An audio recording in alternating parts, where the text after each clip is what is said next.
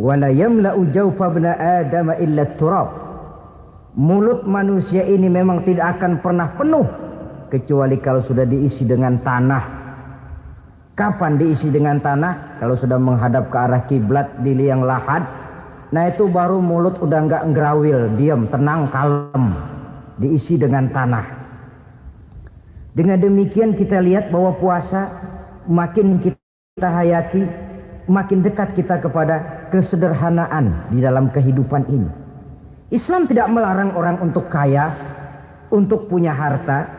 Yang dilarang ialah sifat rakus, serakah, dan tamak. Karena ini akan membuat orang melakukan segala macam cara, ingkar kepada nikmat Allah, tidak pandai bersyukur, pandangan matanya selalu diarahkan ke atas. Dikala hidupnya sudah serba cukup, dia masih merasa kurang. Sebab itu dia selalu kurang. Dia sudah kaya tapi masih merasa miskin saja, maka hidupnya pun miskin terus. Assalamualaikum warahmatullahi wabarakatuh. Waalaikumsalam warahmatullahi wabarakatuh. Alhamdulillahillazi ja'ala ramadhana syahras siyama lil mu'minin. Wassalatu wassalamu ala asyrafil anbiya'i wal mursalin sayyidina wa maulana Muhammadin wa ala alihi wa ashabihil mujahidin at-tahirin, amma ba'du. Ma'asyiral muslimin rahimakumullah. Dari jumlah 12 bulan yang ada dalam agama kita, yang dihitung sejak Muharram sampai dengan bulan Zulqa'dah, maka Ramadan mendapat gelar Sayyidus Syuhur. Sayyidus Syuhur artinya raja, penghulu atau tuan dari seluruh bulan. Apa sebabnya maka Ramadan ini dinamakan Sayyidus Syuhur? Sebab yang pertama, Ramadan dipilih oleh Allah menjadi bulan tempat di mana pertama kali diturunkan ayat-ayat suci Al-Quranul Karim. Allah tidak memilih Rabiul Awal, tidak Rajab menjadi bulan di mana diturunkan ayat-ayat suci Al-Quranul Karim. Seperti yang dijelaskan dalam surah Al-Baqarah ayat 185, A'udzu billahi minasyaitonir rajim.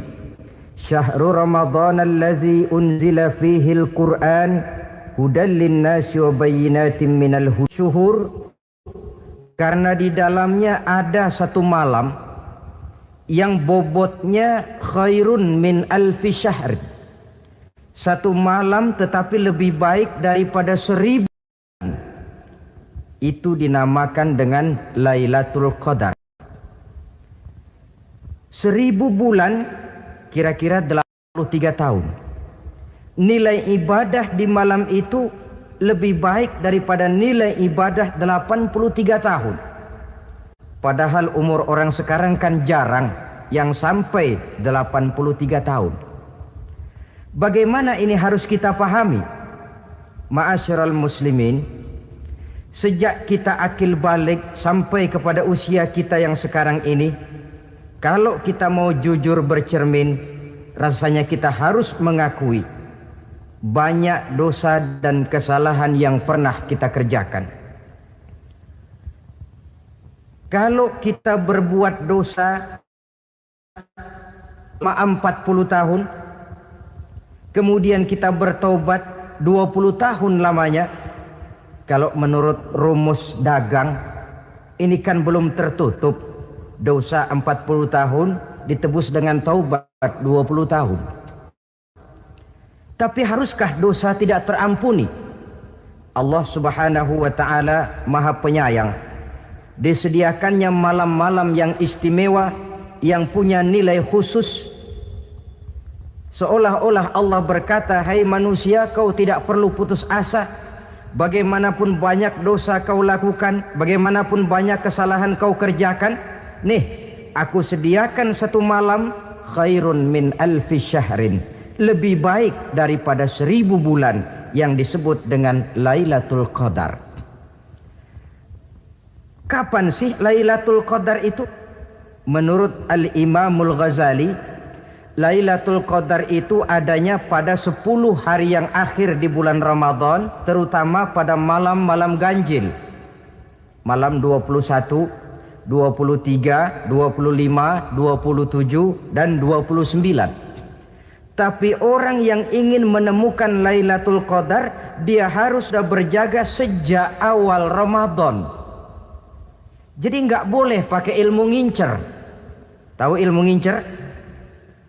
Tanggal 20 Ramadan nggak terawih, 21 terawih, 22 perek lagi, 23 masuk lagi, 24 nggak ke masjid. Temannya tanya, kenapa nggak ke masjid? Ini kan bukan malam ganjil, nggak turun Lailatul Qadar.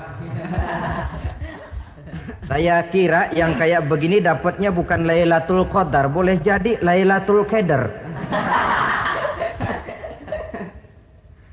Orang yang ingin menemukan Lailatul Qadar itu, dia harus berjaga-jaga sejak awal Ramadan. Inilah di antara tugas kita, memanfaatkan waktu-waktu yang punya nilai istimewa. Itu ada dalam agama. Dalam setiap minggu ada hari istimewa. Dalam setiap hari ada jam-jam istimewa. Dalam setiap tahun ada bulan istimewa. Coba, dalam setiap minggu ada hari istimewa, hari Jumat. Dalam setiap hari ada jam-jam istimewa, sepertiga malam yang terakhir. Antara jam 2 sampai menjelang fajar di kala subuh, itu saat-saat istimewa. Di samping saat istimewa, Allah pun menyediakan tempat-tempat yang istimewa. Solat di Masjidil Haram, pahalanya 100.000 kali ketimbang solat di masjid-masjid lain. Begitu di Masjid Nabawi misalnya, ini tempat yang istimewa. Lailatul Qadar waktu yang istimewa yang diberikan kepada kita untuk kita manfaatkan dengan sebaik-baiknya. Toh dalam kehidupan bernegara saja misalnya, kan pada setiap tanggal 17 Agustus itu presiden memberikan grasi ampunan kepada para entah itu tahanan politik dan sebagainya. Ada yang mendapat potongan tahanan, waktu-waktu yang istimewa. Inilah sebab kedua kenapa Ramadan dinamakan Sayyidus Syuhur. Sebab yang ketiga, Ramadannya nilai kebajikan berlipat ganda adanya.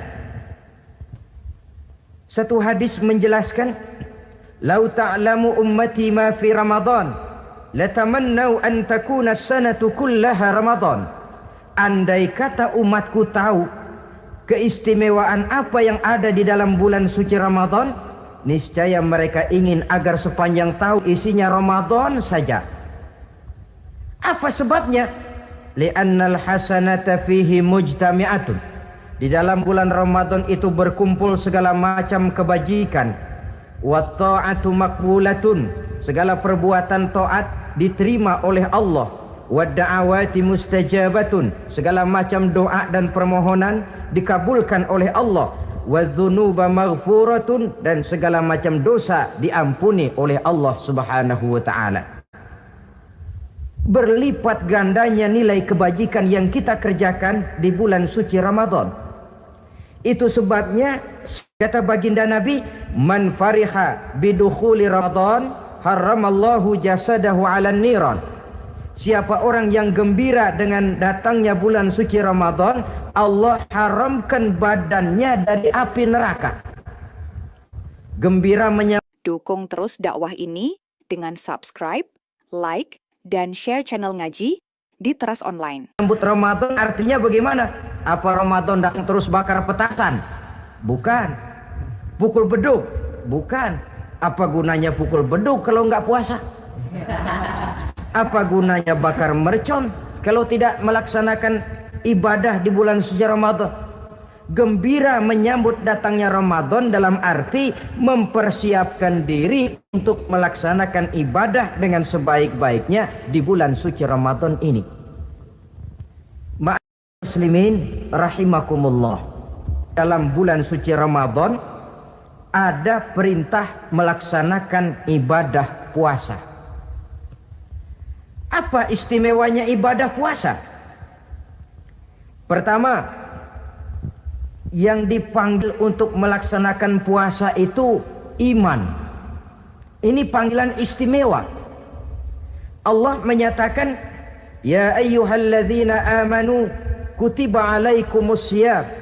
Hai orang-orang yang beriman, diwajibkan atas kamu berpuasa.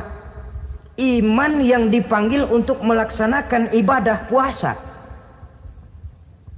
Contoh, satu hari di depan rumah kita lewat tukang pepaya, tukang duku, tukang duren. Kita panggil satu tukang pepaya, "Bang, pepaya, berhenti dulu sebentar." Kira-kira yang merasa tukang pepaya berhenti enggak? Berhenti.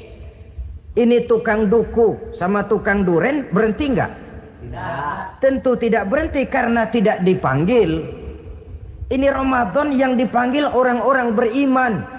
Hai orang-orang yang beriman, berhenti dulu sebentar. Berhenti apa? Berhenti makan di waktu siang, berhenti minum di waktu siang. Yang merasa beriman berhenti, yang tidak beriman langsung. Biar Ramadan siang-siang makan jalan terus, ngerokok ngelepus terus. Kenapa? Tidak beriman, tidak merasa terpanggil oleh ayat tadi. Sekarang tukang pepaya lewat di depan rumah, kita panggil, "Bang, pepaya, berhenti dulu." Dia dengar tapi nggak mau berhenti. Apa kita bilang? Kang pepaya budak. Dipanggil nggak mau berhenti. Ini ada orang ngaku beriman kepada Allah, Ramadan dipanggil disuruh berhenti makan siang, nggak berhenti juga. Mukmin budak. Disuruh berhenti minum di waktu siang, nggak berhenti juga. Mukmin budak. Ini istimewanya puasa. Panggilan difokuskan kepada iman. Hai orang-orang yang beriman. Allah tidak bilang hai orang-orang yang sudah masuk Islam. Tidak. Ya ayyuhallazina aslamu. Tidak. Ya ayyuhallazina amanu yang dipanggil. Hai orang-orang yang beriman. Nilai nurani yang paling dalam itu yang dipanggil melaksanakan ibadah puasa. Lalu orang beriman yang bagaimana yang wajib puasa? Pertama, dia sudah balik. Yang kedua, berakal sehat. Yang ketiga, dia mampu berpuasa. Orang beriman macam ini balik, berakal sehat, mampu melaksanakan puasa. Kalau cukup syarat ini, dia wajib puasa. Kurang syarat, tidak wajib puasa. Jadi kalau di bulan Ramadan ada teman kita tidak puasa, jangan heran barangkali syaratnya kurang. Cukup dalam hati saja, ini orang kurang syarat, makanya nggak puasa. Pak, itu teman saya kok nggak puasa? Nggak puasa, nggak puasa. Dia bukan orang beriman kali ah. Orang yang tidak beriman itu tidak wajib puasa. Beriman kok Pak? Iman, tapi nggak puasa, nggak puasa. Belum balik kali ah. Belum balik, cuma badan doang gede. Bongsor kali itu. Belum balik. Sudah kok Pak, sudah balik, sudah. Tapi nggak puasa, enggak. Gila kali dia ah. Akal itu tidak wajib puasa. Waras Pak, dia tidak gila, tidak. Barangkali dia tidak mampu melaksanakan puasa karena terkena uzur syar'i. Ini keistimewaan puasa yang pertama yang dipanggil melaksanakannya iman. Keistimewaan yang kedua, oleh karena yang dipanggil iman, maka puasa dinamakan ibadah sirriyah, ibadah rahasia. Kalau kita sembahyang, orang lihat kan? Lihat enggak? Lihat. Kita bayar zakat, orang tahu. Kita pergi haji, apalagi pergi haji sekampung nganterin. Tapi kita puasa atau tidak puasa, yang tahu kan cuma kita dan Allah saja. Pura-pura sedekah nggak bisa. Pura-pura sholat ketahuan, gerakannya mesti canggung. Pura-pura pergi haji, kemana perginya? Tapi pura-pura puasa gampang. Namanya ibadah sirriyah. Bulan puasa jam 8 pagi makan. Keluar rumah bibir lap yang kering. Jalan lemesin dikit. Ada angin belaga miring. Temennya tanya, lu lemas amat, gue lagi puasa nih. Orang lain bisa dibohongi. Sebab puasa memang merupakan ibadah sirriyah yang tahu cuma kita dan Allah saja. Karena dia ibadah rahasia, puasa ini sulit terkena penyakit riya. Ibadah yang lain karena kelihatan orang gampang kena penyakit riya, to show only. Salat karena kelihatan orang gampang kena penyakit riya. Karena saya jadi imam, misalnya di belakang saya lihat ada mertua, wah saya bikinlah sembahyang saya mantap-mantap, pakai serban, pakai siwak, bahasanya saya paseh-pasehin kayak orang 16 tahun di Mekah. Wah, ufolli fardwal maghribi salasa raka'atin Allahu Akbar. Surahnya saya cari yang panjang-panjang, paling pendek sabbihis sama wadduha. Akibat apa itu? Riya, di belakang ada calon mertua. Tapi kalau sholat sendirian dalam kamar, boro-boro pakai serban dan siwak, kadang-kadang kaos kutang saja cukup. Surahnya jangan sabbih sampai wadduha, langganannya inna a'toinakal kautsar sama qul huwallahu ahad. Karena sholat terlihat orang mudah kena penyakit riya. Sedekah pun begitu. Mulanya niatnya cuma mau sedekah 5.000 karena ada orang yang disedekahani, naik 10.000, yang 5.000 sudah karena orang. Jadi ibadah yang lain itu mudah terkena riya, tapi juga mudah dinilai orang. Kita bisa saja bilang, itu orang sholatnya khusyuk ya. Kenapa? Kelihatan dari gerakannya. Itu orang hajinya mabrur ya. Kenapa? Kelihatan dari tingkah lakunya setelah pulang haji. Itu orang sedekahnya berani ya. Kenapa? Ketahuan dari jumlahnya. Ibadah yang lain bisa dinilai, tapi puasa nggak bisa dinilai. Tuh orang puasanya mantap bener ya. Kenapa? Beludah melulu. Itu bukan ukuran. Itulah sebabnya dia dinamakan ibadah sirriyah, ibadah yang abstrak, yang tahu cuma si pelaksana dan Allah saja. Ini keistimewaan puasa yang kedua. Yang ketiga, saudara-saudara, kalau ibadah-ibadah yang lain, ganjaran pahalanya itu dijelaskan oleh Allah.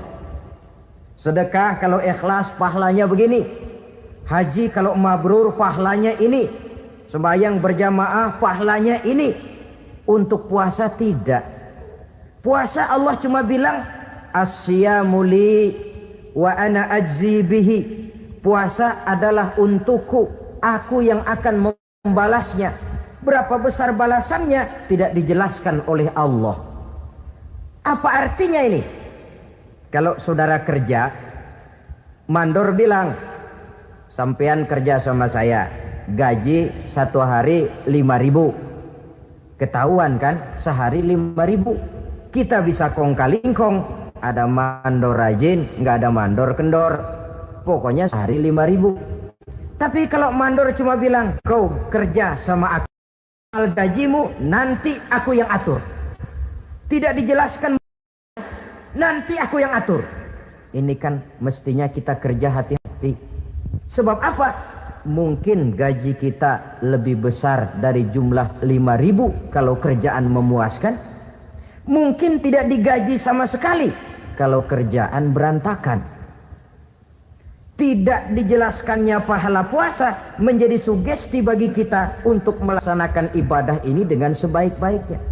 Mungkin gaji sangat besar, mungkin tidak digaji sama sekali.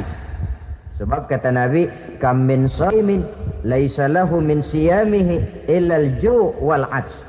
Berapa banyak orang puasa, dia tidak memperoleh apa-apa dari puasanya kecuali lapar dan haus saja. Puasa sah, kewajiban gugur, nilai 0. tidak dapat apa-apa kecuali lapar dan haus. Jadi inilah keistimewaan daripada ibadah puasa. Saudara hadirin yang saya hormati, kemudian apa sih perlunya kita melaksanakan ibadah puasa ini? Pertama, kita perlu melaksanakan ibadah puasa agar dalam hidup ini kita bisa mengendalikan hawa nafsu. Perut besar, tempat bersarangnya energi yang melahirkan gerak dan merupakan kendaraan utama daripada iblis. Mudah menimbulkan rangsangan yang namanya syahwat. Kalau itu kita kendalikan, maka langkah hidup ini akan menjadi lurus karenanya. Benar kalau Nabi menyatakan, "Iza jaa Ramadan, futihat abwabus sama, wa ghulliqat abwabun nar, wa sufsidatis sayatin."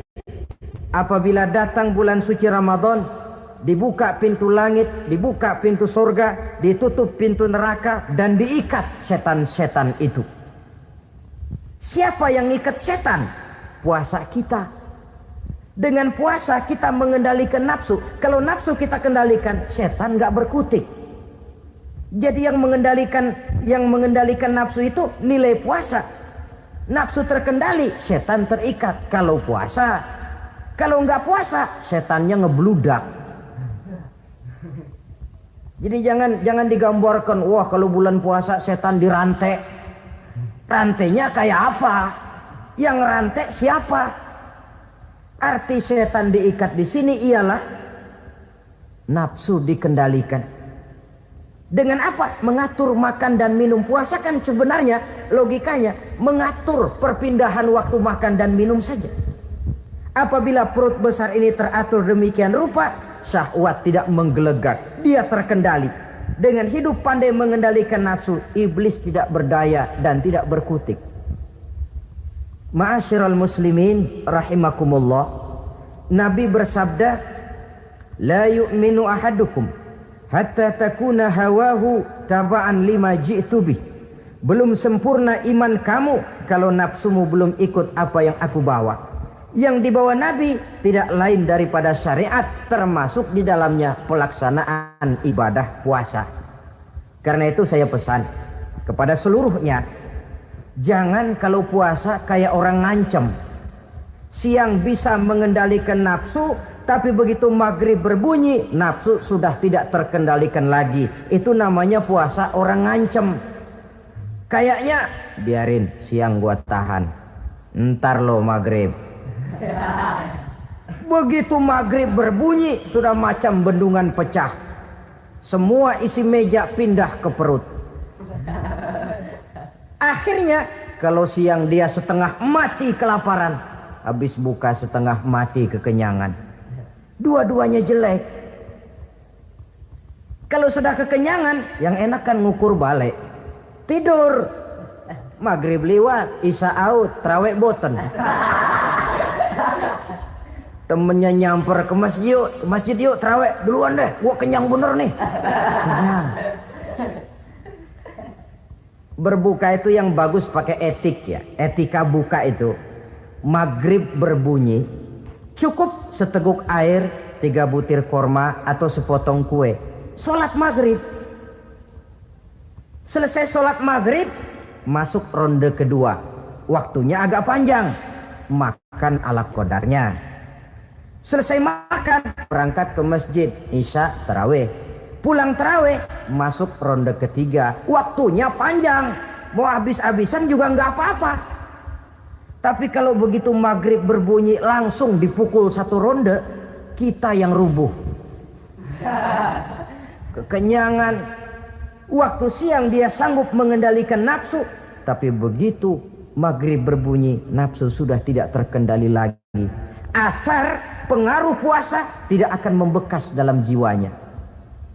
Siang jelas puasa, nggak boleh ngerokok. Begitu maghrib sampai imsak kayak lokomotif, kelebal, kelebul, nggak berhenti-berhenti. Tidak lagi sanggup mengendalikan diri, mumpung boleh katanya. Sampai pernah kejadian ada orang bangun sahur kesiangan, bingung dia waktunya tinggal dikit. Mau sahur dulu nggak keburu ngerokok, mau ngerokok dulu takut nggak keburu sahur. Akhirnya bareng, sebelah nyuap nasi, sebelah ngerokok. Itu macam mana rasanya kalau sudah kayak begitu itu. Padahal pengaruh daripada melaksanakan puasa akan terlihat dari sejauh mana seseorang dalam hidup mampu mengendalikan nafsu. Bukan pada waktu memang dilarang, tapi pada waktu diizinkan. Di situ yang paling kelihatan. Kalau waktu siang saudara mampu mengendalikan nafsu, itu jelas saja memang seharusnya wong puasa. Malam dalam keadaan makan boleh, minum boleh, masih mampu mengendalikan nafsu, dalam arti makan dan minum pada batas yang wajar saja. Itulah yang dikehendaki dari melaksanakan ibadah puasa, sehingga ibadah itu membekas dan ikut membentuk kepribadian orang. Sekali lagi, jangan cuma waktu siang saja bisa mengendalikan nafsu. Di waktu malam pun dalam kondisi yang memang dihalalkan, kita juga hendaknya mampu mengendalikan nafsu. Jadi inilah perlunya puasa yang pertama, supaya kita bisa mengendalikan nafsu. Yang kedua, puasa itu melatih kita hidup sederhana. Orang sufi mengajarkan, orang yang paling kaya ini sebenarnya orang yang hidupnya paling cukup. Sedangkan orang miskin adalah orang yang kebutuhannya kelewat banyak. Maka yang paling kaya, bahkan yang maha kaya, itu sebenarnya cuma Allah. Sebab apa? Dia nggak perlu apa-apa. Makin banyak keperluan kita, makin miskin kita. Coba orang puasa lihat. Kalau sudah jam 2, jam 3, itulah barangkali memang termasuk godaannya dalam melaksanakan ibadah puasa. Kalau jam 1 siang, jam 2 siang, jangankan makanan enak, nangka busuk kita lihat legit. Barangkali cobaan di dalam melaksanakan ibadah puasa. Tapi kalau sudah maghrib berbunyi, berbuka kita kena seteguk air, sepotong roti, 3 butir korma, kenyang rasanya. Kemana keinginan yang tadi begitu menggebu-gebu? Oh, bisikan nafsu rupanya itu. Makin dalam kita merenung, makin sampai kita kepada bentuk kesederhanaan di dalam hidup ini.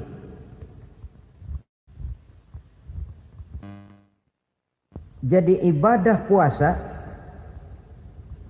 membentuk pribadi seorang muslim untuk jauh daripada sifat tamak bin rakus alias serakah. Tamak itu berasal dari kalimat toma dalam bahasa Arab yang sifatnya sudah terukir dari hurufnya. Huruf to tengahnya bolong, huruf mim tengahnya bolong, huruf ain mulutnya mangap, perutnya gede. Jadi orang tamak macam itulah. Apapun yang diberikan Allah tidak pernah ada cukupnya dan tidak pernah ada syukurnya. Sehingga Nabi menjelaskan, lau anna libni adam wadiyani min zahabin labtagha lahuma thalisan wa la yamla'u jawfa ibna adam illa turab. Andai kata manusia mempunyai 2 buah ladang yang seluruhnya emas, tidak usah kepalang tanggung, ladang emas, 2 ladang semuanya ladang emas, dia tidak akan puas, dia akan mencari lagi ladang yang ketiga. Wala yamla'u jawfa ibna adam illa turab. Mulut manusia ini memang tidak akan pernah penuh kecuali kalau sudah diisi dengan tanah. Kapan diisi dengan tanah? Kalau sudah menghadap ke arah kiblat di liang lahat, nah itu baru mulut udah nggak ngerawil, diam, tenang, kalem, diisi dengan tanah. Dengan demikian kita lihat bahwa puasa makin kita hayati, makin dekat kita kepada kesederhanaan di dalam kehidupan ini. Islam tidak melarang orang untuk kaya, untuk punya harta. Yang dilarang ialah sifat rakus, serakah dan tamak. Karena ini akan membuat orang melakukan segala macam cara ingkar kepada nikmat Allah, tidak pandai bersyukur, pandangan matanya selalu diarahkan ke atas. Dikala hidupnya sudah serba cukup, dia masih merasa kurang. Sebab itu dia selalu kurang. Dia sudah kaya tapi masih merasa miskin saja, maka hidupnya pun miskin terus. Saudara-saudara ma'asyiral muslimin, ini hikmah yang kedua kenapa kita perlu puasa. Yang ketiga, puasa itu melatih kita cinta kepada fakir miskin, orang-orang yang tidak mampu, yang memerlukan pertolongan. Bagaimana caranya? Dunia pendidikan berkata bahwa pendidikan akan lebih berhasil kalau bersifat audio visual. Mengajar anak berenang, bawa ke kolam. Mengajar anak naik sepeda, berikan sepedanya. Mengajar orang cinta fakir miskin, rasakan apa yang dirasakan oleh fakir miskin. Apa itu? Lapar, haus.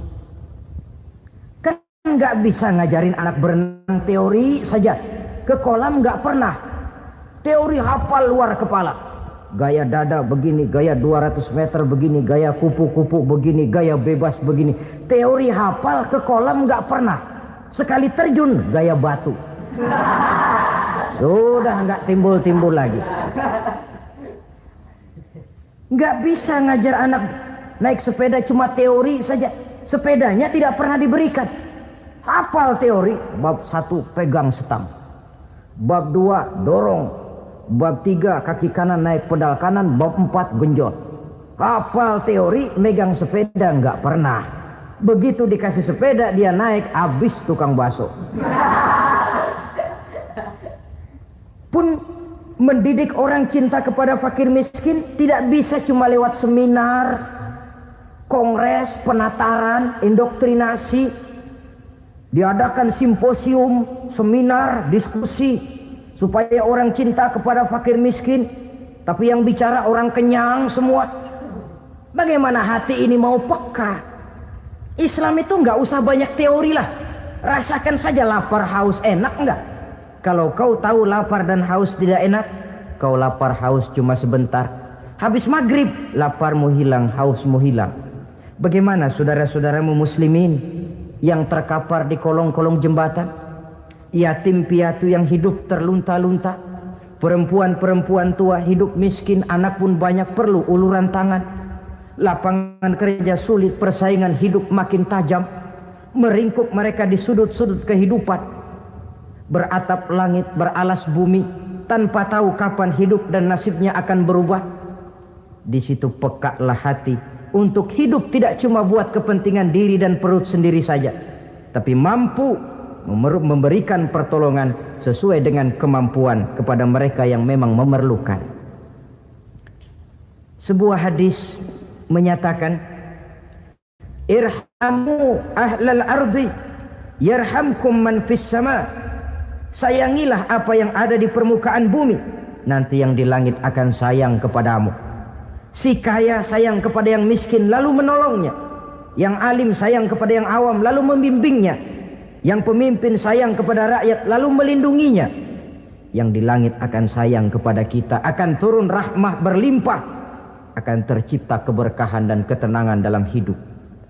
Tapi kalau sebaliknya, yang kaya malah nyantap yang miskin, yang pemimpin malah menggilas yang rakyat, yang alim malah membodoh-bodohi orang yang memang sudah bodoh, akan terwujudlah malapetaka. Bukan rahmah yang turun dari langit, tapi azab akan menimpa kita semua. Orang yang menghayati lapar, menghayati haus, akan timbul kepekaan sosial. Hidup tidak cuma untuk diri sendiri saja, tapi mampu melihat lingkungannya. Yang keempat, kita perlu puasa untuk menumbuh sifat jujur dan disiplin.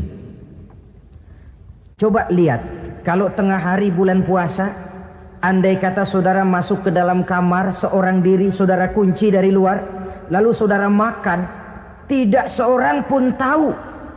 Tapi kenapa itu tidak kita lakukan? Ada semacam perasaan malu, malu kepada Allah. Iya, orang lain tidak tahu. Iya, manusia bisa saya bohongi, tapi Allah Atau umpamanya waktu sholat zuhur, saudara sholat zuhur di masjid, umpama ketika ngambil air wudhu, giliran kekemur, saudara korupsi dikit aja, telan. Jangankan orang lain, teman wudhu sebelah pun tidak tahu itu. Tapi kenapa tidak mau kita lakukan? Rasa malu kepada Allah. Di sini sumber nilai timbulnya kejujuran dan disiplin. Bukan berupa undang-undang mati yang dipaksakan dari luar, tapi timbul dari dalam jiwa dan nurani kita sendiri. Sikap jujur dan disiplin. Yang terakhir, kita perlu puasa untuk memelihara kesehatan. Kata Nabi, sumu tasihhu, berpuasalah kamu, badanmu akan sehat. Sebab apa? Saya katakan tadi, semua energi dihasilkan dari perut besar sini. Itu makanan yang kita makan, mulai dari keju sampai singkong, mulai dari hamburger sampai combro, masuk perut besar, digiling, lalu ditransfer ke seluruh tubuh oleh perut besar ini. Mekanisme kerjanya persis pabrik besar yang kalau kita hayati, Allahu Akbar, fatabarakallah ahsanul khaliqin. Ini tangan supaya kuat kerja perlu vitamin apa? Kirim ke tangan. Mata supaya awas perlu vitamin apa? Kirim ke mata. Bibir supaya nggak pecah perlu vitamin apa? Kirim ke bibir. Oleh perut besar ditransfer ke seluruh tubuh. Sisanya yang nggak perlu keluar jalan belakang. Kalau perut besar ini terus-menerus bekerja, ibarat mesin diporsir, dia akan cepat rusak. Maka datang bulan Ramadan, perut besar itu jangan terlalu diporsir, diberikan tenggang waktu istirahat. Sehingga Nabi memberikan jaminan, sumu tasihhu, berpuasalah kamu, pasti kamu akan sehat. Buktinya, orang mati kelaparan banyak, tapi yang mati karena puasa, kalau puasanya betul, nggak ada. Maka Islam itu agama yang sesuai dengan fitrah, ya. Buktinya apa? Puasa wisol itu bukan saja tidak boleh, tapi haram. Puasa wisol artinya puasa nyambung, dari pagi sampai maghrib sampai malam sampai besok pagi lagi terus-terusan puasa, haram, karena itu bertentangan dengan fitrah. Islam tidak, cukup dari waktu imsak sampai datang waktu maghrib. Kenapa?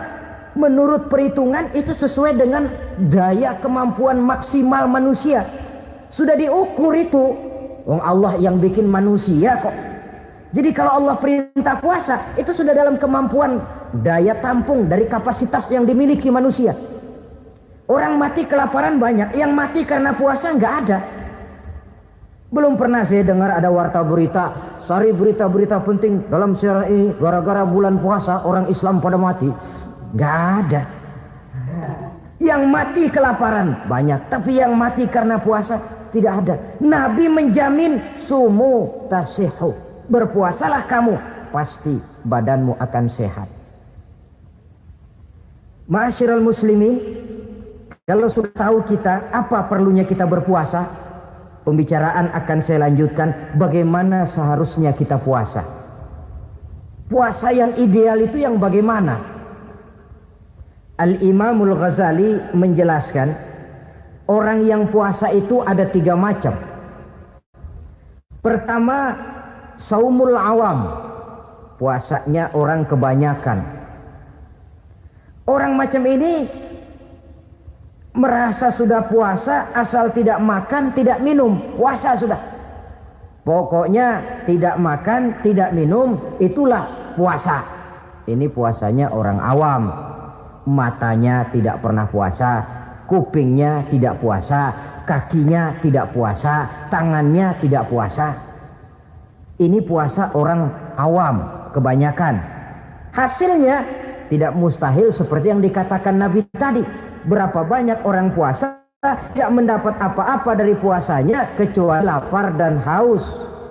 Puasa sah, kewajiban gugur, nilai 0. Kan rugi ibadah semacam itu. Sebab jangan lupa, yang membatalkan itu kan 2. Ada yang membatalkan pahala puasa, Ada yang membatalkan puasa. Bedanya apa? Kalau puasa batal, pahala jelas batal. Tapi kalau pahala yang batal, puasanya mungkin sah. Kewajibannya gugur, tapi pahala tidak ada. Kalau yang membatalkan puasa sih umumnya kita bisa jaga itu. Sebab apa? Masalahnya konkret, kelihatan. Apa yang membatalkan puasa? Misalnya makan dan minum yang disengaja walaupun sedikit, batal. Sedikit tapi sengaja tidak mengenyangkan, batal. Mamanya pentol korek yang kecil itu, sengaja telan waktu puasa, batal. Kan sedikit pak, nggak kenyang kok. Sengaja itu yang bikin batal. Tapi kalau tidak sengaja seperti lupa, itu tidak batal. Misalnya hari pertama puasa, habis sembahyang subuh tidur, bangun jam 8, lupa kebiasaan, langsung aja nyerbu ke dapur. Dapat sepiring setengah, ingat, astagfirullah, lagi puasa, betul. Setelah ingat bagaimana? Yang masih ada di mulut keluarkan, berkemur, lanjutkan puasanya, sah. Perkara sepiring setengah yang udah kadang masuk bagaimana pak? Itu rezeki. Lawang orang lupa. Lupa itu kan jenis yang ma'fu anhu, jenis yang dimaafkan. Makan dan minum yang disengaja walaupun sedikit, batal. Batal puasanya. Apalagi muntah yang disengaja, batal puasa itu. Ukuran sengaja kan kita tahu. Apalagi hilang akal seperti gila atau pingsan, batal puasa. Apalagi hubungan suami istri di waktu siang secara sengaja, batal. Kalau sengaja. Kalau nggak sengaja, enggak. Namanya nggak sengaja. Umpamanya, saya nggak sengaja pak, tahu-tahu udah nyampe situ, gimana? Ya nggak batal, cuma begitu ingat, buru-buru selesai mandi, lanjutkan puasanya, sah. Jangan begitu ingat sih ingat pak, puasa cuman tanggung. Nah, ini tanggung ini yang bikin jadi batal. Dan jangan lupa, orang yang membatalkan puasa karena hubungan suami istri, dendanya paling berat. Seorang sahabat pernah lapor, halaktu ya Rasulullah, ya Rasul, celaka saya. Ma ahlakaka, apa yang bikin kamu celaka? Saya lagi puasa Ramadan ya Rasulullah, saya nggak tahan. Lalu saya nyelonong sama istri saya, pengantin baru ini rupanya. Nyelonong bagaimana? Ya nyelonong.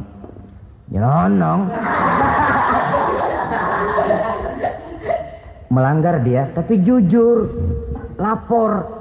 Kata Rasul, ya sudah bayar dendanya. Dendanya apa ya Rasulullah? Bebaskan budak. Aduh, saya nggak punya budak ya Rasulullah. Tidak punya. Puasa 2 bulan berturut-turut, tidak boleh diselang-seling. Syahraini mutatabi'aini, 2 bulan berturut-turut, tidak boleh diselang-seling. Gimana?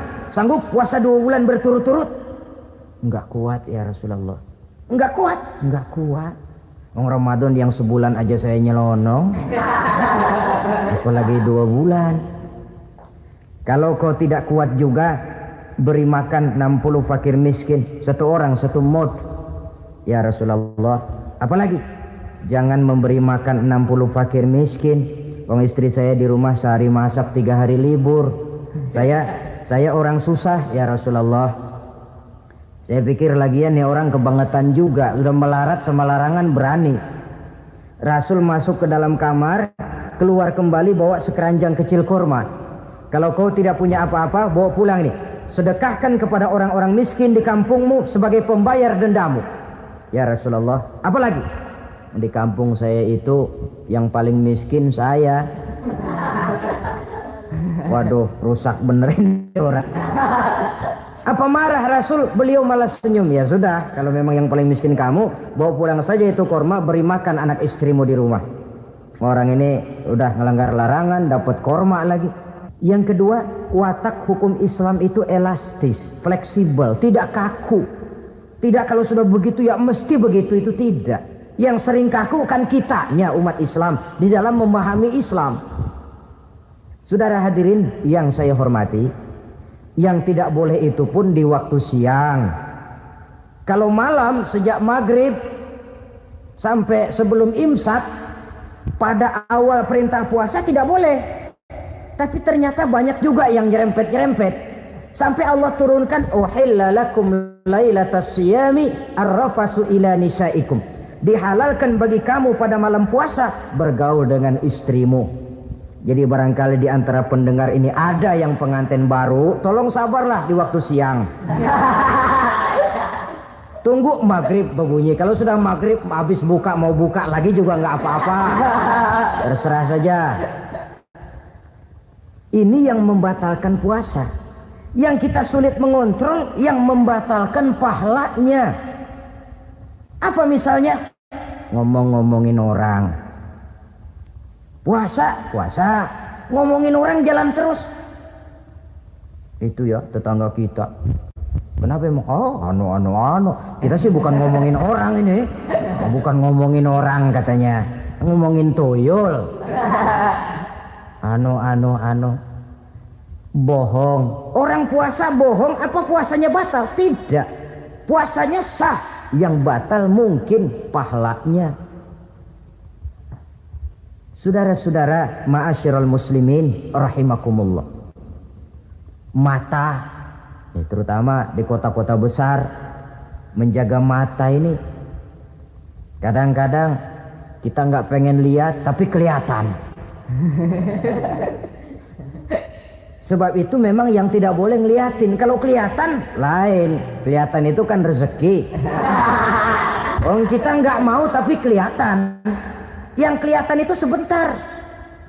Kata Imam Ali, nazaratul ula laka wasaniyatu alaika. Pandangan pertama untukmu, yang kedua atasmu.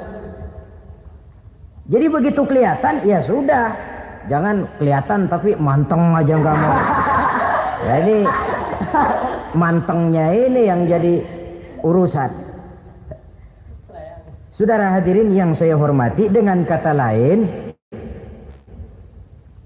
berusahalah kita untuk puasa zahir batin. Itu yang pertama tadi. Puasa tingkatnya orang saumul awam disebut. Tingkat yang kedua, saumul khawas, puasanya orang khusus. Bagaimana ini? Di samping tidak makan dan tidak minum, panca inderanya sudah ikut puasa. Matanya puasa, kupingnya puasa. Asal ada diajak ngomong-ngomongin orang, maaf ya, kuping saya lagi puasa. Kakinya puasa, diajak jalan ke tempat yang tidak baik, dia bilang, maaf saja, kaki saya lagi puasa. Diajak nyolong, maaf, tangan saya lagi puasa. Tidak cuma sekedar tidak makan dan tidak minum, panca inderanya sudah ikut puasa. Sekurang-kurangnya, seperti inilah puasa kita. Zahir batin. Nah, yang tertinggi disebut saumu khawasil khawas, puasa orang khusus yang lebih khusus lagi. Ini sudah the first class ini. Puasanya orang VIP. Bagaimana puasanya orang ini? Di samping tidak makan dan tidak minum, puasa panca inderanya, hatinya juga sudah ikut puasa dari seluruh keinginan yang selain Allah. Wah, ini kelas tinggi. Orang yang puasa macam ini, andai kata jam 3 sore dia berpikir, ntar sore buka pakai apa ya? Dia menganggap batal pahalanya. Kenapa? Masih mikirin makanan. Kalau kita kan bukan cuma mikirin, ngancem. Waduh, jam 5 di meja udah berderek es kopior, kelapa muda, cendol. Apa yang mau diminum lebih dulu? Tingkat yang tertinggi ini, hatinya juga puasa dari semua keinginan yang selain Allah. Idealnya sekurang-kurangnya kita puasa zahir batin. Zahirnya menahan diri dari yang membatalkan puasa, batinnya mencegah diri dari yang membatalkan pahala puasa kita itu.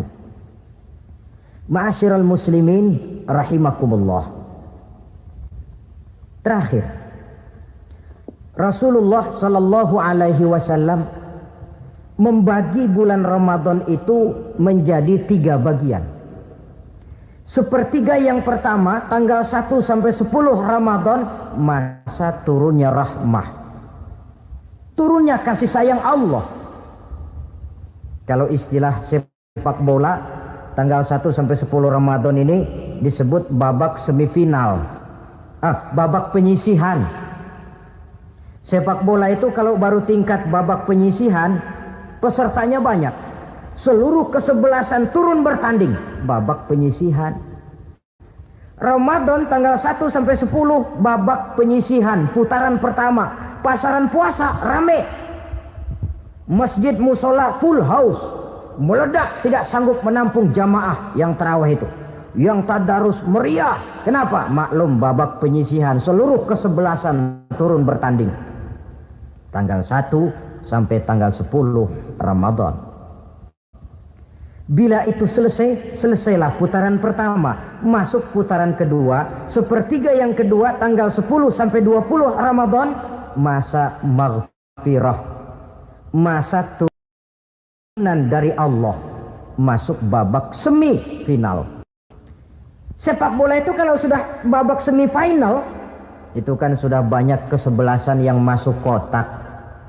Maka 10 Ramadan ke atas, pasaran puasa mulai menurun. Yang enggak puasa mulai nekat. Yang tadarus sudah mulai sayup-sayup sampai. Sementara barisan orang sembahyang tarawih di masjid mulai mengalami kemajuan dengan pesatnya.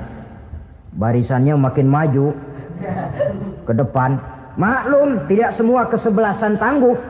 Ada yang sejak bertanding sudah berhitung. Kita sih bakalan yang lain ada. Karena ikut-ikutan teman, karena malu sama mertua, rajin tarawih. Karena nganterin, rajin tarawih, bayangnya paling belakang berdua lagi. Malah ngeledek begitu imam waladolin, dia di belakang nyaut asik.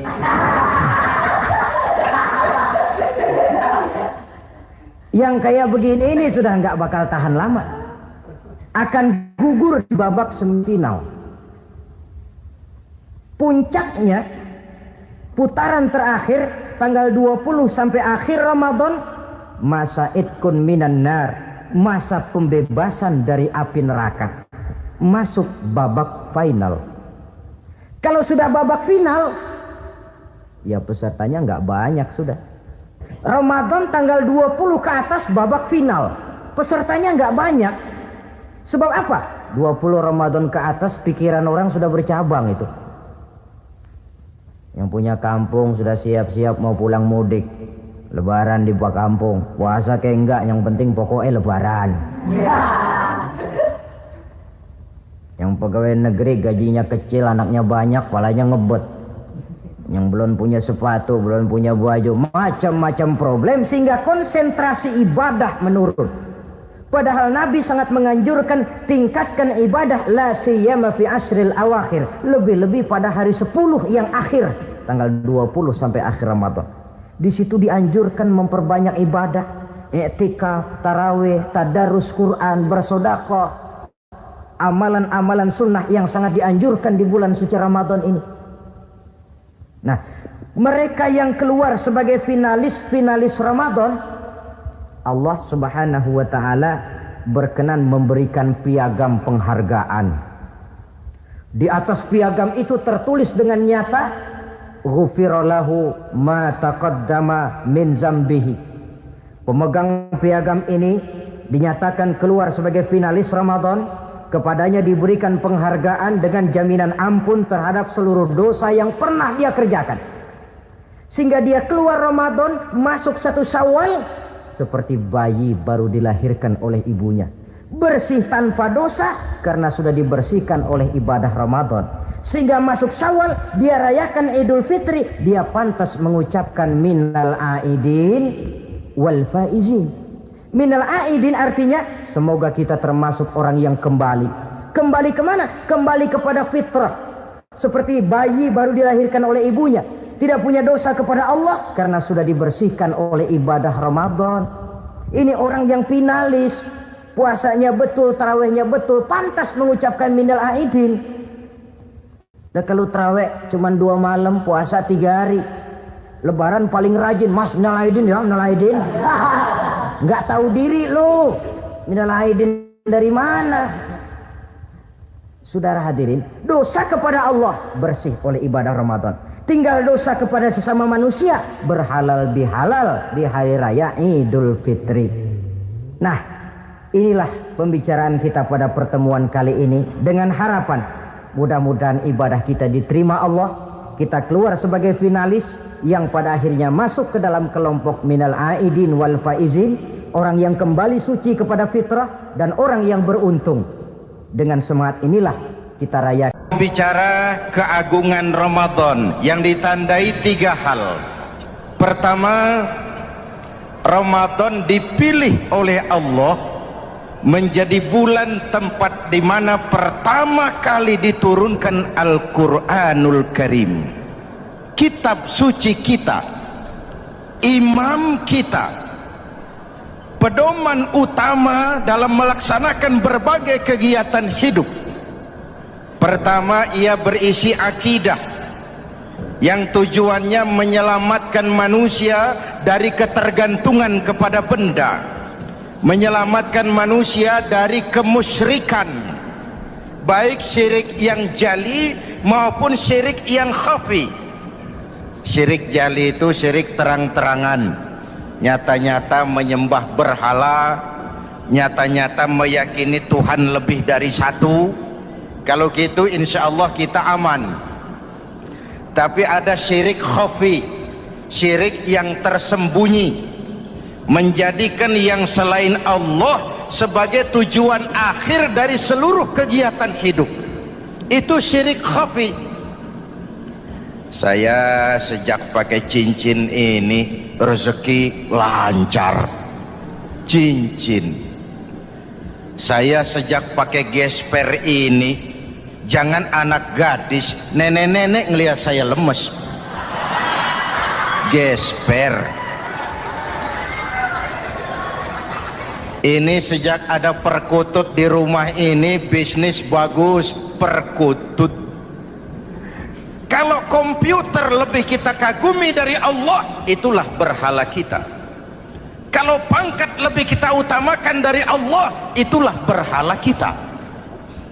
Kalau ilmu lebih kita kagumi daripada Allah, itulah berhala kita. Quran membebaskan manusia dari ketergantungan kepada benda, membersihkan keyakinan, meluruskan tauhid dengan konsep akidah. Lalu sisi yang kedua, syariat untuk mengatur kehidupan sesama manusia. Selama ini kalau mendengar syariat yang terbayang oleh kita kan yang serem-serem, dan memang diopinikan sedemikian rupa. Padahal watak syariat itu pertama, al-musawat bainan nas fi takalifil ahkam. Ini watak syariat Islam. Semua manusia sama dalam berhadapan dengan hukum Allah. Semua manusia sama. Bukankah ini yang kita perjuangkan dengan tuntutan keadilan? Supaya di Republik ini jangan ada warga negara kelas 1. Supaya di Republik ini jangan ada yang kebal hukum. Supaya di Republik ini hukum jangan seperti pisau, tajam ke bawah tapi tumpul ke atas. Syariat mengajarkan al-musawat bainan nas fi takalifil ahkam. Semua manusia sama dalam berhadapan dengan hukum Allah. Ketika mengajarkan orang beramal, Rasulullah kepada putri kesayangan beliau sendiri berkata, "I'mali ya Fatimah, i'mali fa inni la ughni anki minallahi syai'a." Fatimah, beramal kau. Fatimah sholat, Fatimah puasa, Fatimah haji. Kalau kau tidak beramal, aku ayahmu Rasulullah tidak akan sanggup membelamu di akhirat nanti. Inilah watak syariat. Tidak mentang-mentang anak kesayangan lalu ada jaminan, sudah Fat, kamu nggak sholat nggak apa-apa, nanti di akhirat ada papi. Tidak. Semua manusia sama dalam berhadapan dengan hukum. Andai kata Fatimah putri Muhammad mencuri, tidak usah orang lain, Muhammad sendiri yang akan memotong tangannya. Bukankah keadilan macam ini yang kita harapkan? Cuma sayang, selama ini banyak kita mengenal Islam seperti orang buta kenal gajah. Ada 3 orang buta dilepas ke kebun binatang, disuruh kenal gajah. Saya yakin laporannya lain-lain. Orang buta pertama bilang, Pak, gajah tipis lebar kayak kipas. Kenapa? Dia baru pegang telinganya. Orang buta kedua ngotot, goblok itu Pak. Yang betul saya, gajah kecil panjang kayak ular. Kenapa? Yang dia pegang ekornya. Orang buta ketiga lebih marah, dua-duanya tolol Pak. Yang betul itu saya, gajah tinggi besar seperti pohon kelapa, karena yang dia pegang kakinya. Beginilah kita mengenal Islam, seperti orang buta kenal gajah. Frame of reference, kacamata pandangannya tidak total. Baru kenal kaki gajah sudah sok tahu gajah. Baru kenal telinga gajah sudah sok kenal gajah. Kemana-mana pidato, saudara-saudara, gajah tipis lebar kayak kipas. Buat orang yang belum kenal gajah, dia menyesatkan. Buat orang yang sudah tahu gajah, senyum di kulum. Oh, kau baru kenal kupingnya kok. Begitulah kadang-kadang kita baca Quran, ayatnya yang keras, kesannya Islam itu sangar, Islam itu sadis, Islam itu perang. Di sisi lain ada yang adem, sejuk, lalu lahir generasi feminim. Buat saya yang terpenting semua kita perlu. Rasul mengajarkan, la takun ratban fatuksara wala yabisan fatuksara. Jangan lemah, nanti kau diinjak orang, tapi jangan keras, nanti kau dipatahkan orang. Hadirin yang saya hormati, lalu syariat juga punya at-tadrij fit tasri', tahapan dalam melaksanakan syariat. Oleh karena itu, Ramadan yang keagungannya ditandai dengan turunnya Al-Quran harus jadi momentum kembalinya kita kepada Al-Quran. Quran itu imam, kita ini makmum. Saya mau tanya, imam ikut makmum apa makmum ikut imam? Makmum ikut imam apa imam ikut makmum? Makmum ikut imam. Kalau Quran imam dan kita makmum, kita ikut Quran, jangan Quran diminta ikut kita. Imam ruku, kita ruku, imam sujud, kita sujud, imam i'tidal, kita i'tidal. Ke barat kata Quran, ke barat kita berangkat, ke timur kata Quran, ke timur kita menuju. Halal kata Quran, ambil, haram menurut Quran, tinggalkan. Kalau dia imam dan kita adalah makmum, mari berimam kepada Al-Quranul Karim. Yang kedua, keagungan Ramadan ditandai dengan perintah melaksanakan ibadah puasa. Para ulama menyebut puasa itu ibadah sirriyah, ibadah rahasia, ibadah abstrak, tidak ada unsur sugesti. Kalau kita sholat, orang lihat. Kita sedekah, orang tahu. Kita pergi haji, satu kampung nganter. Kita puasa, cuma kita dan Allah. Pura-pura sholat, ketahuan Pak. Pura-pura sedekah, nggak bisa dong, apa yang disedekahin. Pura-pura haji, kemana perginya? Tapi pura-pura puasa, gampang. Keluar rumah, bibir lap yang kering, jalan lemesin dikit, ada angin miring, lemes amat puasa. Sirriyah, abstrak. Ibadah lain bisa dinilai, wah itu teman kita sodakohnya berani ya. Kok tahu kamu? Kelihatan dari jumlahnya. Itu sholatnya khusyuk ya. Kok ngerti kamu? Kelihatan dari geraknya. Tetangga sebelah itu rasa-rasanya hajinya mabrur ya.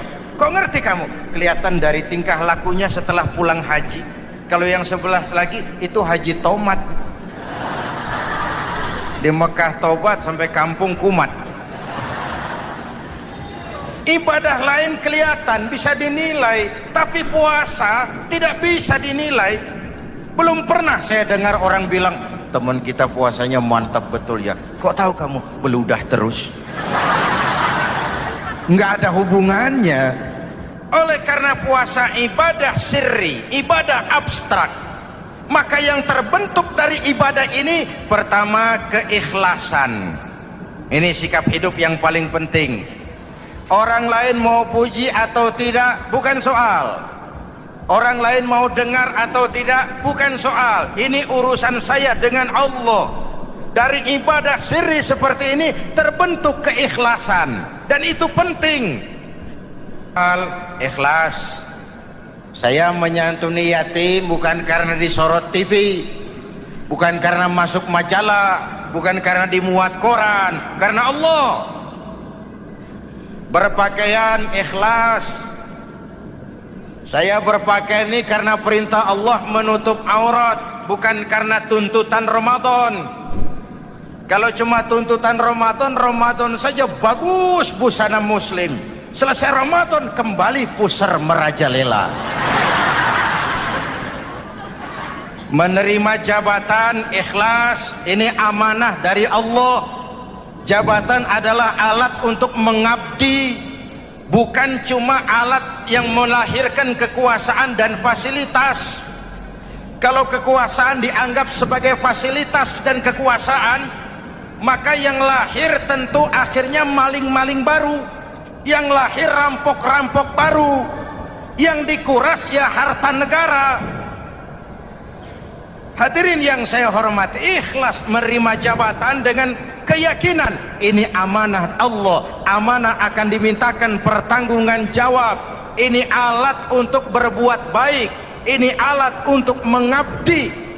Kalau cuma digambarkan kekuasaan jabatan sebagai kekuasaan dan fasilitas, itu yang lalu banyak melahirkan rampok-rampok baru. Betul? Iya, kalau jabatan kan gajiannya jelas. Menteri gajinya jelas, anggota DPR gajinya jelas, presiden, wakil presiden gajinya jelas. Tetapi ketika fasilitas dan kekuasaan banyak memberikan hasil, jangan heran lalu muncul penjarahan terhadap kekayaan-kekayaan yang justru merupakan milik rakyat. Ikhlas dalam menerima jabatan, ikhlas dalam berbuat, ikhlas dalam beramal. Lalu yang kedua, jujur. Tadi siang saudara sholat zuhur apa tidak? Sholat. Yang sholat? Ya enggak, ya enggak. Sebelum sholat zuhur kan saudara berwudu. Waktu berwudu kan saudara berkemur, memasukkan air ke mulut. Umpama waktu berkemur saudara korupsi, dikit saja airnya saudara minum, jangankan hansip, jangankan satpam, jangankan polisi, teman sebelah pun tidak tahu kalau waktu berkemur kita korupsi. Kenapa kita tidak mau melakukan itu? Ada rasa malu kepada Allah. Alangkah positifnya kalau ini diterjemahkan dalam kehidupan. Sekarang kan kita berpikirnya Allah ditekan. Kamu korupsi ya? Iya, Tuhan kan tahu. Biarin, Tuhan mah tahu, nggak ribut. Nggak ribut katanya. Tapi kalau orang, 3 orang saja tahu, geger kantor. Bayangin, Tuhan aja ditekan, Tuhan diintimidasi, apalagi orang lain. Lahir etika otonom, daya kontrol yang paling ampuh yang muncul dari dalam jiwa kita sendiri. Sabahu ahadun au qatalahu falyaqul inni shaim, inni shaim. Kalau ada orang mencaci maki dia, bahkan mengajak dia berkelahi yang menurut ukuran dia mesti menang, tapi karena puasa, maaf, saya bukan nggak berani sama kamu, saya sedang puasa. Kalau mau berkelahi juga ntar aja habis buka, segeran dikit berantemnya. Ini shaim, maaf saya sedang berpuasa. Itu merupakan benteng. Orang itu kan kalau lagi puasa kondisi lapar, haus, temperamen kan tinggi, sedikit tersinggung temperatur naik, sama marah gampang. Kalau waktu begitu dia bisa sabar, ketika kenyang sudah nggak ada masalah. Sabar baik dalam taat kepada Allah. Kalau ibadah berpuasa kita baik, kita yang malam ini pasti bukan kita 20 hari yang lalu. Kita yang malam ini, kita yang sudah ditempa oleh penggojologan Ramadan, ditempa oleh kawah candra di mukanya Ramadan, sehingga membias dalam pembentukan pribadi. Setiap ibadah yang dikerjakan dengan benar pasti punya dampak positif dalam meluruskan moral orang yang melaksanakan ibadah itu sendiri. Jangan sampai terjebak kepada rutinitas ritual. Akhirnya seperti yang sering saya ungkapkan, sholat rajin, maksiat tekun, baca Quran mau, fitnah orang hobi, sedekah ya sedekah tapi nyolongnya lebih gede dari sedekahnya. Sedekahnya cuma untuk ngumpetin korupsinya. Akhirnya jadi lipstik, akhirnya jadi dekorasi. Setiap ibadah yang dikerjakan dengan benar punya dampak positif dalam meluruskan moral dan memperbaiki akhlak orang yang melaksanakan ibadah itu sendiri. Begitulah Ramadan, ada pelaksanaan ibadah puasa. Dan untuk puasa Nabi bersabda, lis-shaimi farhatani, farhatun indal iftar wa farhatun inda liqa'i rabbi. Buat orang yang berpuasa ada dua kegembiraan yang tidak dimiliki oleh yang tidak melaksanakan puasa. Dua kegembiraan. Pertama, farhatun indal iftar, kegembiraan menjelang saat-saat berbuka. Hati itu besar, rasa optimisme, padahal bukanya cuma sama tempe, sama tahu, sama ikan asin. Tapi entah makin dekat maghrib hati makin berbunga, ada kebahagiaan yang tidak bisa diceritakan. Allahumma lakasumtu, ya Allah hari ini saya laksanakan perintahmu, saya lawan rasa nafsu, saya tempuh lapar, haus, saya tunaikan semua ini. Itu kegembiraan yang puasa. Yang kedua, wa farhatun inda liqa'i rabbih, kegembiraan kedua nanti di akhirat pada saat bertemu dengan Allah Subhanahu wa ta'ala. Masuk surga nikmat, bertemu Allah jauh lebih nikmat. Hadirin yang saya hormati, bahkan di surga ada sebuah pintu yang khusus disiapkan bagi orang-orang yang melaksanakan puasa. Tidak bisa masuk ke pintu itu kecuali orang yang puasa. Dan pintu itu disebut pintu Rayyan, Babur Rayyan, pintu Rayyan, yang hanya boleh dimasuki orang-orang yang melaksanakan ibadah puasa. Hadirin, lalu yang berikutnya, ibadah puasa ganjarannya abstrak. Kalau ibadah lain kita bisa lihat itu, sholat berjamaah pahalanya begini, haji kalau mabrur pahalanya begitu, sodakoh pahalanya begini. Puasa Allah cuma bilang as-siyamu li wa ana ajzibi, puasa untukku dan aku yang membalasnya. Berapa besar balasan Allah tidak diberitahu. Artinya apa? Kalau saudara kerja, mandor bilang, mas kau kerja sama saya, gajimu sebulan 5 juta. Ketahuan sebulan 5 juta, kita kan bisa kong-kalingkong, ada mandor rajin, tidak ada mandor kendor, pokoknya jatah 5 juta. Tapi kalau mandor cuma bilang, mas kau kerja sama aku, soal gajimu nanti aku yang atur, berapa besarnya nggak dikasih tahu. Aturan seperti ini harusnya membuat kita kerja lebih hati-hati. Sebab apa? Mungkin gaji kita sama saja 5 juta kalau kerja biasa-biasa, mungkin jauh lebih besar kalau pekerjaan memuaskan. Mungkin tidak digaji sama sekali kalau pekerjaan sembarangan. Tidak dijelaskannya gambaran pahala puasa menjadi sugesti untuk melaksanakan ibadah puasa ini dengan sebaik-baiknya. Hadirin yang saya cintai, yang ketiga soal keagungan Ramadan ini. Di dalam bulan Ramadan ada satu malam yang bobotnya khairun min alfi syahrin. Satu malam tapi lebih baik daripada 1000 bulan, yang kita kenal dengan malam Qadar atau Lailatul Qadar. Sementara itu adanya pada sepertiga yang akhir dari bulan Ramadan, terutama di malam-malam ganjil. Di negeri kita lihat terjadi pergeseran nilai.